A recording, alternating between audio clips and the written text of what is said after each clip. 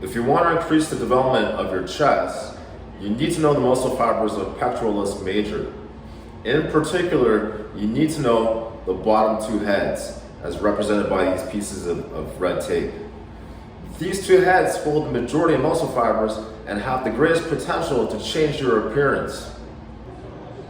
As you can plainly see, the two lower heads of pectoralis major actually originate on the lower parts of the sternum as well as the ribs.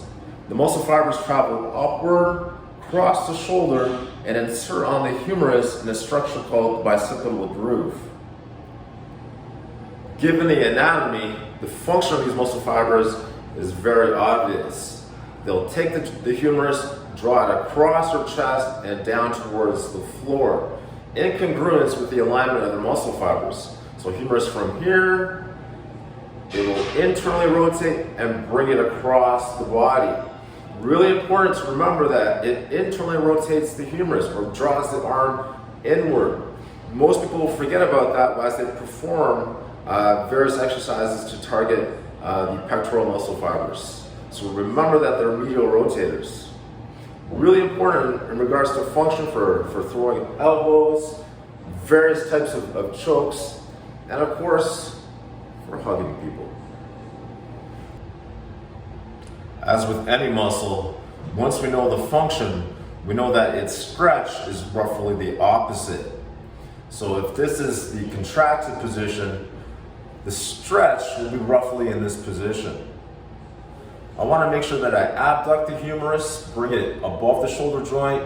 I don't want to fully externally rotate the arm. I'm going to keep it moderately externally rotated. I need to retract the scapula and pull my ribs away from the insertion point. Now if I draw my humerus across my chest in an alignment with the two heads of the pectoralis major, I can now feel some muscle fibers start to stretch. These muscle fibers at the back of my shoulder are the antagonists of the lower fibers of pectoralis major, and if they're tight, they're going to inhibit my ability to recruit my pecs during targeted exercise.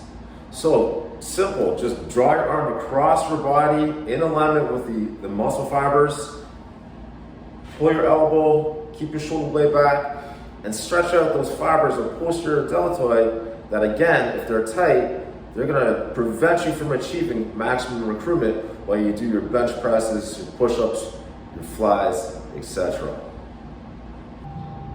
The single most powerful exercise for hypertrophy of the middle to lower fibers of pectoralis major are without doubt ring flies. And there are at least three major reasons why this is true. Reason number one is the incredible functional fit.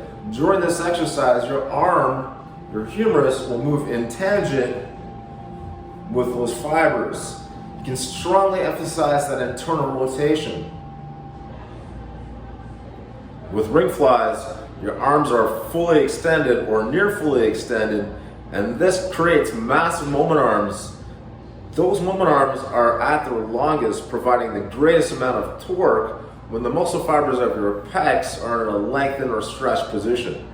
This amounts to a ton of tension, and that tension is a primary hypertrophy stimulus. When I do a set, I always make sure I come right down to the very bottom of the repetition where my arms are perfectly horizontal to the floor, but I don't come all the way to the top where my thumbs are actually coming together. I stop about 3/4 of the way up. And this way I maximize the frequency of repetitions as well as I keep myself in the high tension zone for the duration of the entire set.